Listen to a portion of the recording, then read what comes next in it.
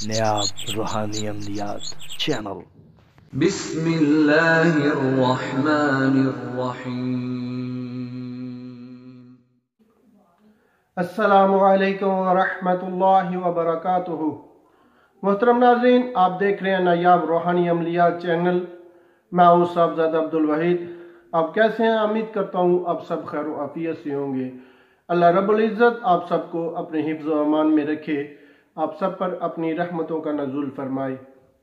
محترم ناظرین، جو لوگ ہمارے چینل پہ نئے آئے ہیں، جنہوں نے ابھی تک ہمارے چینل نیاب روحانی عملیات کو سبسکرائب نہیں کیا، ان سب سے گزارش ہے کہ سب سے پہلے ویڈیو کے نیچے لال رنگ کے بٹن کو دبا کر ہمارے چینل نیاب روحانی عملیات کو ضرور سبسکرائب کریں اور اس کے ساتھ بیل آئیکن گھنٹی کے بٹن کو بھی ضرور دبائیں تاکہ ہماری ہر نئی آنے والی ویڈیو کا نوٹیفیکیشن سب سے پہلے آپ پا سکیں۔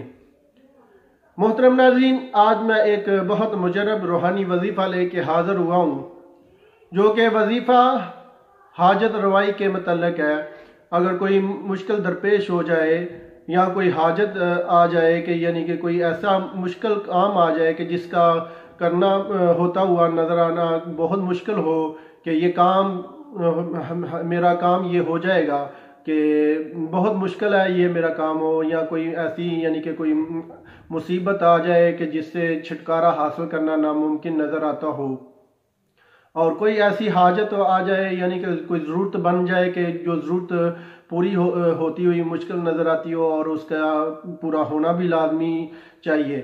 تو اس سلسلے میں آج میں ایک ویڈیو لے کے حاضر ہوا ہوں کہ جس کے کرنے سے انشاءاللہ تعالی اللہ کے فضل و کرم سے، اللہ کے غیبانہ خزانے سے جو ہے نا وہ جو بھی حاجت ہوگی وہ پوری ہو جائے گی، اور جو کوئی مشکل درپیش ہوگی یا کوئی مصیبت آن پڑے گی انشاءاللہ تعالی وہ رفع ہو جائے گی۔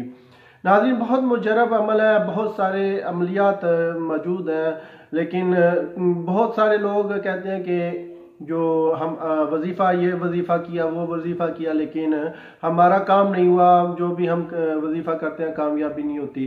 تو ناظرین، سب سے پہلے عملیات میں جو اہم بات ہوتی ہے، خاص بات ہوتی ہے کہ وظیفے تو ٹھیک ہوتے ہیں لیکن ہمارے کرنے کا طریقہ نہیں ٹھیک ہوتا۔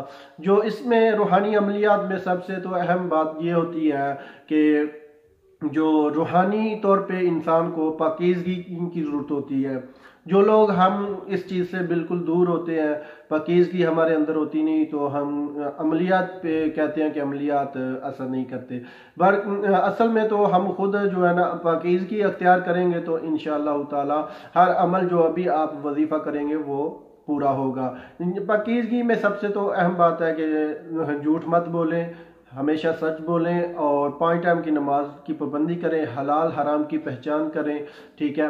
ایسی چیزوں سے چند چیزیں ہیں کہ برائی سے دور رہیں، انشاءاللہ تعالیٰ پھر دیکھیں جو بھی وظیفہ کریں گے انشاءاللہ تعالیٰ وہ پورا ہوگا۔ ناظرین، یہ آج جو میں عمل لے کے حاضر ہوا ہوں یہ بہت ہی مجرب اور آزمودہ عمل ہے، فوراً رزلٹ دینے والا عمل ہے۔